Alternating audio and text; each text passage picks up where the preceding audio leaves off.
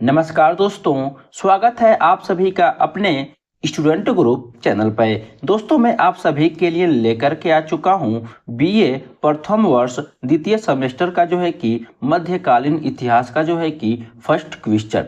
आपसे जो है कि परीक्षा में ऐसे ही सवाल जो है कि पूछे जाएंगे।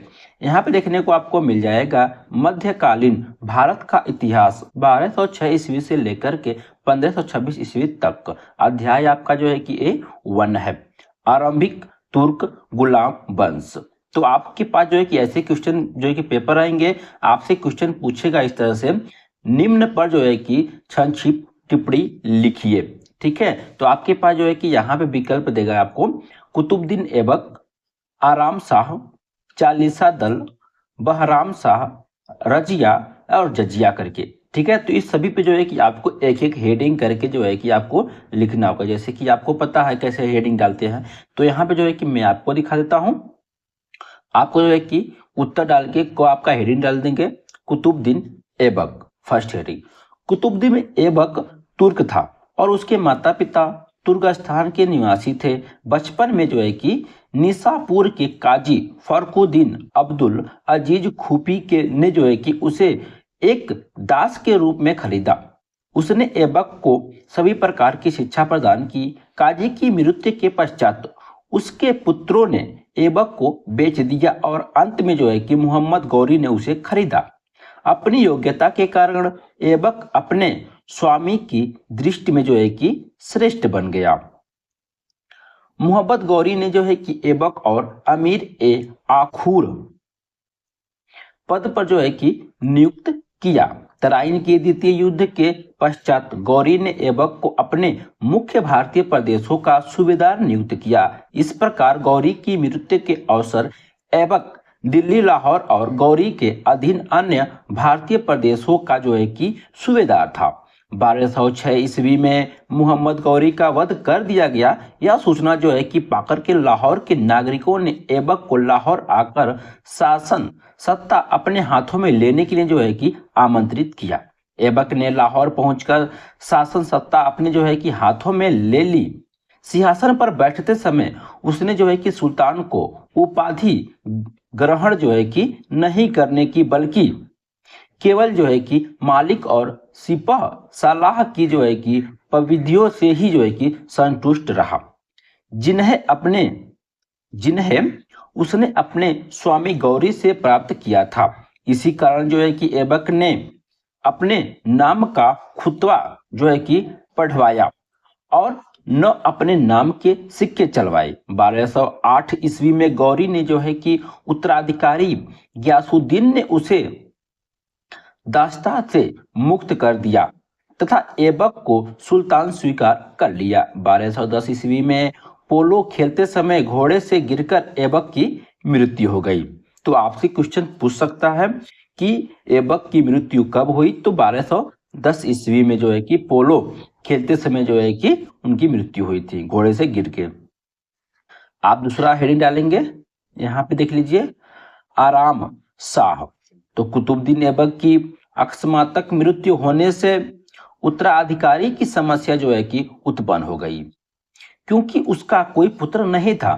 जनता को शांत रखने के लिए तुर्क सरदारों ने आराम शाह को गद्दी पर बैठाया। आराम शाह को लेकर के इतिहासकारों ने जो है कि मतभेद है, इतिहासकारों में मतभेद है। कुछ इतिहासकार उसे जो है कि ऐबक का भाई तो कुछ उसे उसका पुत्र जो है कि मानते हैं। इतिहासकार तो कुछ उसे जो है कि उसका पुत्र मानते हैं। इतिहासकार मिंजाह उस सिराज के अनुसार जो है कि ऐबक को केवल 3 पुत्रियां ही थीं। आराम शाह एक अयोग्य एवं कमजोर शासक था, जबकि उस समय की कठिन परिस्थितियों में योग्य एवं अनुभवी शासक की आवश्यकता थी। इस कारण जो है कि सिपाह सलाह, अमीर ए दाद और कुछ तुर्की अमीरों ने जो है कि ऐबक के दामाद और बदायूं के सूबेदार इल्तुतमिश को जो है कि दिल्ली पहुंचकर सुल्तान पद पर जो है कि ग्रहण करने हेतु बुलाया। आराम शाह ने उस पर जो है कि आक्रमण किया, किंतु वह पराजित हुआ और मार दिया गया। इस प्रकार जो है कि आराम शाह का शासन 8 माह में ही जो है कि समाप्त हो गया। इल्तुतमिश दिल्ली का सुल्तान बन गया। ठीक है, उसके बाद आपको हेडिंग डालना पड़ेगा चालीसा दल करके। ठीक है, वो भी आपको ब्लैक पेन से डालना है, आपको पता होगा। उसके बाद लिखेंगे आप चालीसा दल का गठन जो है कि इल्तुतमिश ने किया था। इसे तुर्कान ए चहलगानी संगठन भी कहा जाता था। इस संगठन में जो है कि 40 गुलाम सरदार शामिल थे। आराम शाह की मृत्यु के बाद इल्तुतमिश शासक बना।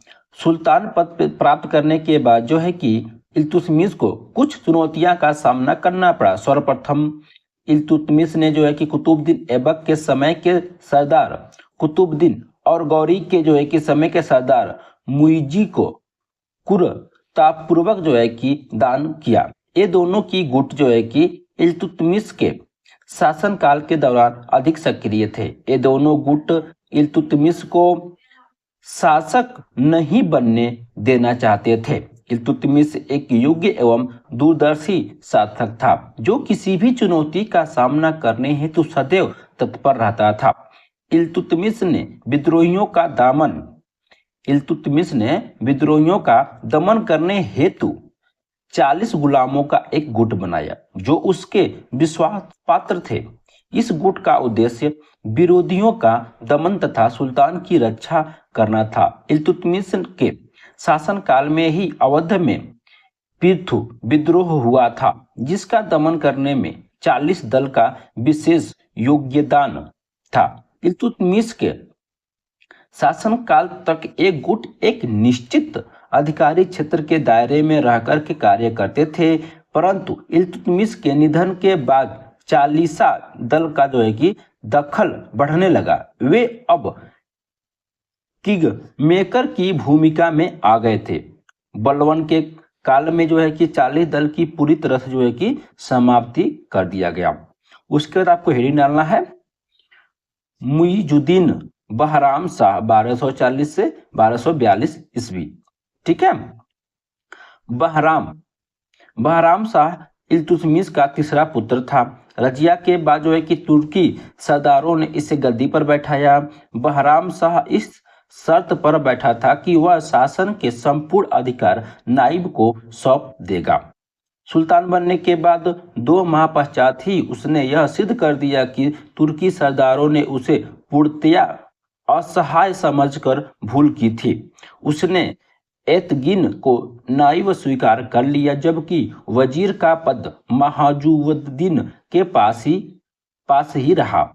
बहराम शाह ने नाइब को शासन के अधिकार देने से तो इनकार नहीं किया, परंतु जब एतगिन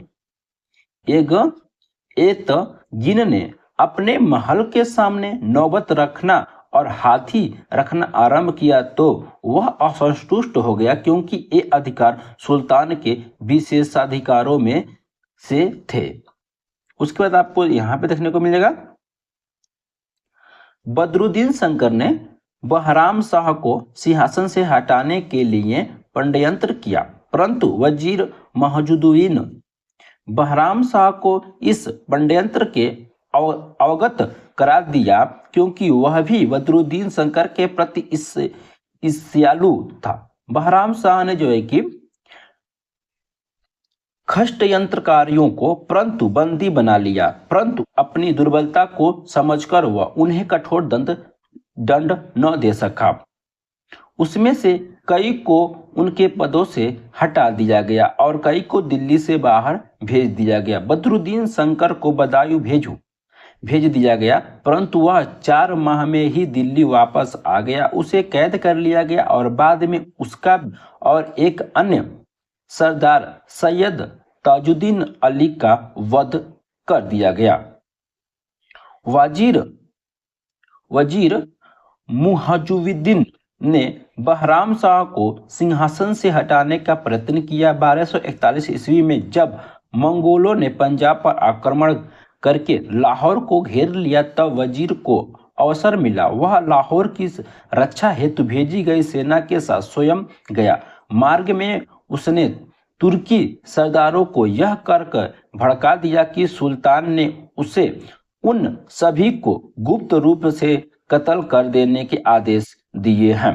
वजीर की बातों को सुनकर मंगोल आग बबूला हो गए और दिल्ली जाकर के बहराम शाह को बंदी बना लिए। 1242 ईस्वी मंगोल में बहराम का वध कर दिया।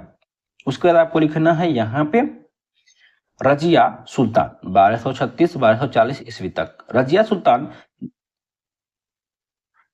इल्तुतमिश की पुत्री थी जो रुकनुद्दीन के बाद दिल्ली सल्तनत की शासिका बनी। इल्तुतमिश की अंतिम इच्छा यही थी कि रजिया दिल्ली सल्तनत की शासिका बने। मिन शाह ने कहा कि इल्तुतमिश से जब उसके उत्तराधिकारी के विषय में पूछा गया तो उसने कहा, मेरे पुत्रों में कोई भी सुल्तान बनने योग्य नहीं है। मेरी मृत्यु के बाद आप देखेंगे कि रजिया के अतिरिक्त कोई इतना योग्य नहीं जो इस देश पर शासन कर सके। ठीक है। रजिया के सिंहासन पर बैठने के समारोह में बदायूं, हांसी, लाहौर तथा मुल्तान के सूबेदारों ने स्वयं को राज्याभिषेक में आना लज्जित महसूस किया एवं रजिया का विरोध किया। कई अमीरों ने भी शासिका के रूप में एक औरत के समक्ष शीश झुकाना जो है कि उचित नहीं समझा। रजिया के साहस पूर्वक विद्रोहियों का सामना किया तथा उसे दबाने पर निरंतर प्रयास किया।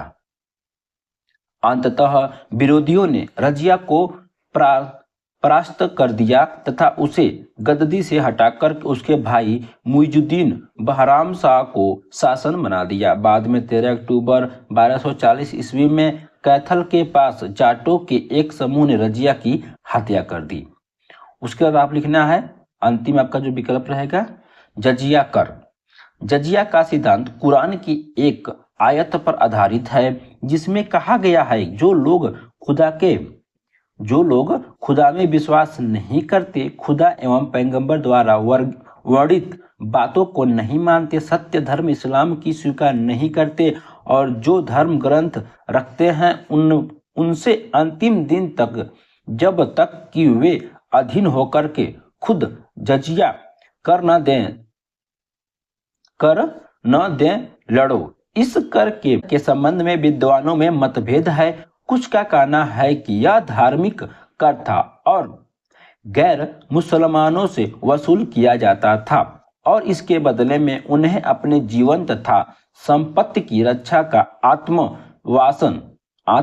यानी कि संपत्ति की रक्षा का आश्वासन मिलता था और वे सैनिक सेवा में मुक्त थे।